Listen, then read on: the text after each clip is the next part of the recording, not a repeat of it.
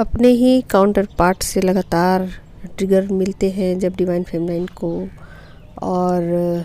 जब उन्हें सभी से डिटैच कर दिया जाता है, सारे रिलेशनशिप्स उनसे दूर चले जाते हैं, और जब उनके चक्रा भी एक्टिवेट होते हैं, उसकी वजह से भी डिवाइन फेमिनाइन को बहुत ज़्यादा पेन शारीरिक रूप से होते हैं, और अपने काउंटर पार्ट से सेपरेशन की वजह से भी, मतलब बहुत तरीक़ों से डिवाइन फेमिनाइन को कष्ट होते हैं इस जर्नी में, और उन सब से त्रस्त होकर, परेशान होकर डिवाइन फेमिनाइन परेशान होकर इस जर्नी को या तो वो छोड़ देना चाहती हैं, या क्विट करना चाहती हैं, या फिर ऐसा चाहती हैं कि काश ये जर्नी यहीं रोक दी जाती और मैं अपने सोलमेट के साथ मेरा मतलब कनेक्शन हो जाता, किसी भी तरीके से ये जर्नी कंटिन्यू नहीं हो पाती। तो ये बहुत सारे सवाल उनके माइंड में आते हैं, और वो चाहती हैं कि काश कि ये जर्नी मुझे नहीं मिलती, और डिवाइन ने मुझे ये जर्नी क्यों दी, और ऐसा क्या मैंने अपराध कर दिया, पाप कर दिया। और इस पेन से गुजरते हुए वो अक्सर मतलब कहा जाए तो अपने आप को कोसने लग जाती है, जर्नी को कोसने लग जाती है,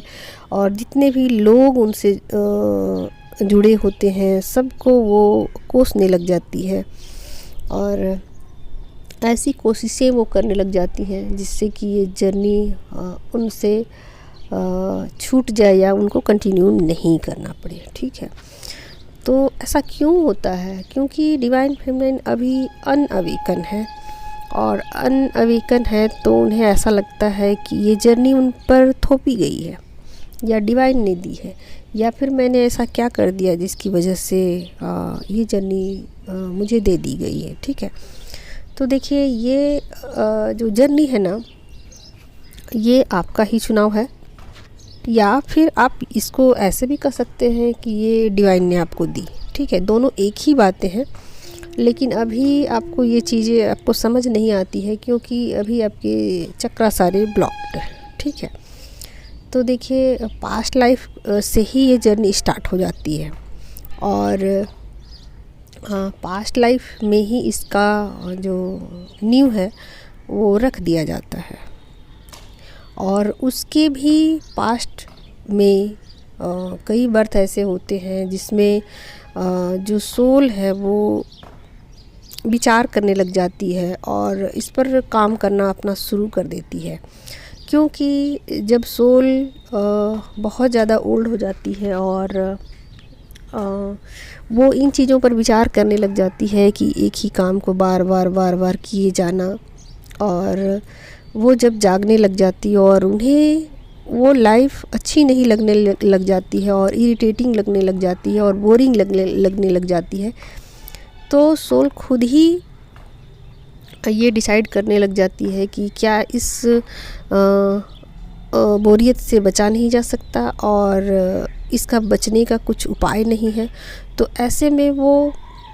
खुद ही अपनी चॉइस को चेंज करने लग जाती है और उन चीज़ों को चुनने लग जाती है जिसमें कि उन्हें सुकून मिले, शांति मिले, सुख मिले। और ऐसे में वो आध्यात्मिक जर्नी का उन्हें पता नहीं होता है, लेकिन धार्मिक जर्नी का उन्हें पता होता है, और उन चीज़ों को वो करने लग जाती है जो उन्हें सुकून देती है। और ऐसे में वो धार्मिक कार्यों को अधिक से अधिक करने लग जाती है और उसमें उन्हें सुकून, शांति मिलने लग जाती है। और ऐसे वो धार्मिक कार्यों को करते करते बहुत सारे शुभ कार्यों को वो कर लेती है और अपने संचित कर्मा को इकट्ठी कर लेती है। ठीक है, तो कहा जाए एक तरीके से तो बहुत सारे शुभ कार्यों को करते हुए उनके जो संचित कर्मा है वो बहुत अधिक हो जाते हैं, और इसी वजह से उनको एक आध्यात्मिक जर्नी मिलने की वो सोल हकदार हो जाती है। लेकिन चूँकि नेक्स्ट बर्थ में जो पास्ट लाइफ का बर्थ है उसमें वो आध्यात्मिक जर्नी को नहीं कंटिन्यू कर सकती, क्योंकि उसके लिए सोल जो है ना उनका